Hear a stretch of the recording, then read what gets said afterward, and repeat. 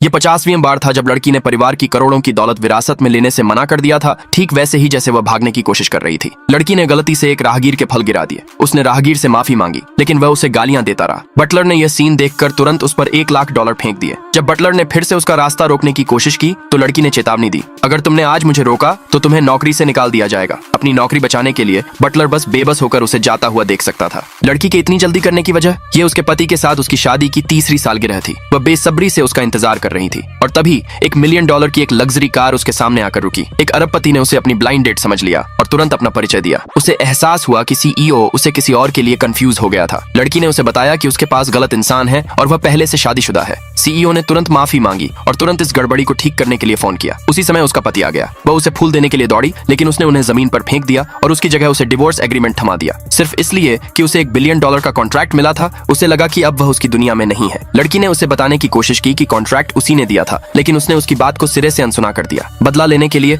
उसने उसी समय CEO से शादी कर ली। उसके पति को यह नहीं पता था कि उसका बिजनेस पार्टनर कोई और नहीं बल्कि CEO ही था। थोड़ी देर बाद लड़की अपनी इलेक्ट्रिक बाइक पर एक बैंक्वेट में पहुंची, लेकिन सिक्योरिटी वालों ने उसे इन्विटेशन न होने की वजह से रोक दिया। तभी उसकी टक्कर उसके बदमाश एक्स हस्बैंड से हुई। उसने मजाक उड़ाया कि वह एक हाई क्लास इवेंट में आने के लायक नहीं है और सिक्योरिटी वालों को उसे बाहर निकालने का ऑर्डर दिया। ठीक समय पर CEO आ गया। जब उसने सिक्योरिटी गार्ड को अपनी पहचान बताई तो गार्ड ने न सिर्फ उस पर यकीन करने से मना कर दिया बल्कि उसकी बेइज्जती भी की। एक्स हस्बैंड का फेवर लेने की कोशिश में गार्ड CEO को बाहर ले जाने के लिए तैयार हो गया। जरूरी समय पर सिक्योरिटी गार्ड सुपरवाइजर आ गया। सच जानने के बाद गार्ड को एहसास हुआ कि उसने कितनी बेवकूफी की थी। आगे देखने के लिए नीचे कमेंट में पार्ट 2 लिखे।